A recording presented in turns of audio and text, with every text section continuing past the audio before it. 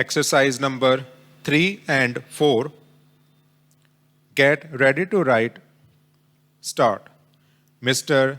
Deputy Speaker, sir, I think the House will agree with me that the Health Minister, while piloting this bill to us, made a very brilliant and studied presentation and explanation on the various provisions of this bill, and I wish to join other honorable members in congratulating warmly the Health Minister for the initiative and imagination with which he has been dealing with these terrible problems. This is a good measure in the right direction because of the fact that several of the honorable members who have spoken before me have touched on the various aspects of the law. I would rather view this piece of legislation more from human and philosophical angles than from a purely legalistic angle. A piece of legislation such as this, which is a social economic legislation, obviously is to be preceded by public opinion. I understand that it is only the pressure of the public opinion which has compelled the government to proceed in the right direction, and they have rightly done, but it is the continuous pressure of public opinion which will make the government find out what are the effective ways and provisions in the legislation and what are the defective things which can be later on removed by further amendments. I hope the government will have a constant eye on how the public opinion reacts to the various legal and penal provisions contained in this measure. The post-war period, particularly since 1945, has been a period of tremendous advances in science and technology, but the trouble is that though science and technology have advanced, that advance is unaccompanied by an equally good advance in spirituality and truth.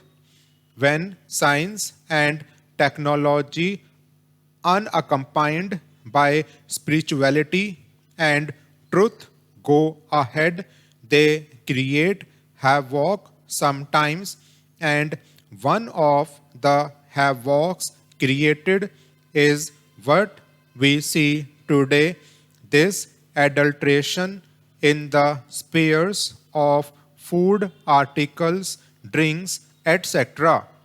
This unsocial attitude and profiteering mentality about which the minister made a very right reference in the beginning of a very small minority has a tremendous impact on a big majority. I should say the entire nation. These unsocial and antisocial attitudes and activities have to go, but they cannot be removed merely by legislation.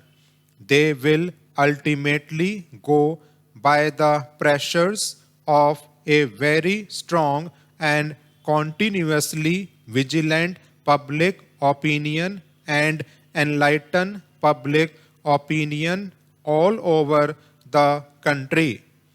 As I said, I was going to view this piece of legislation from a philosophical angle.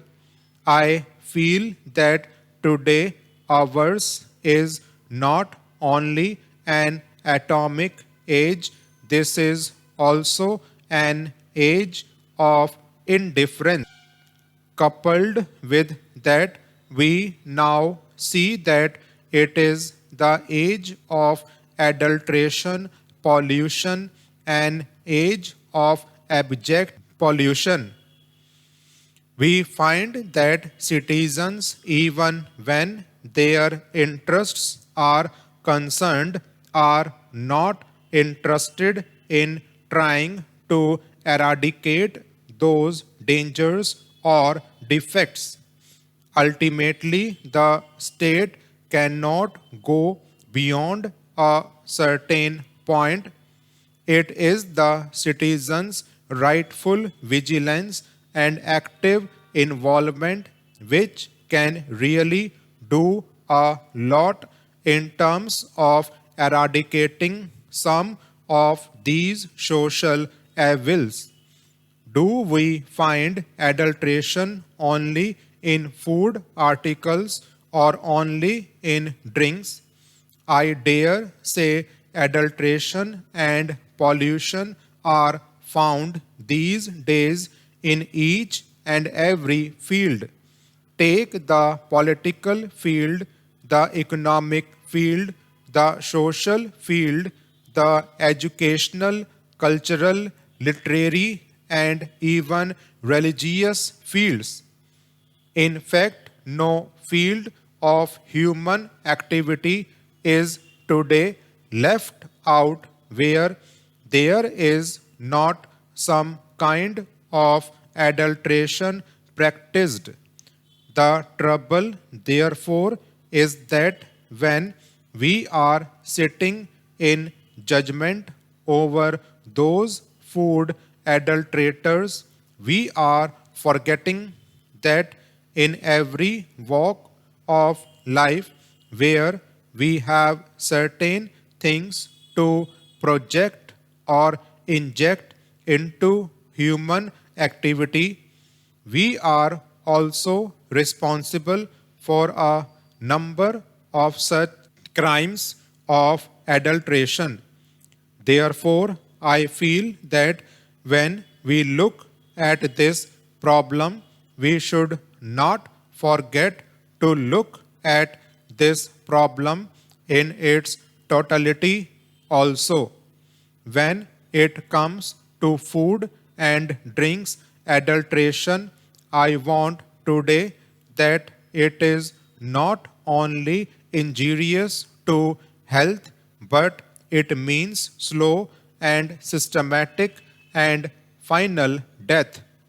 Death may come at the end, but before it come, finally, the man is failing in health, failing in the energy, and failing in exhibition because of the adulteration.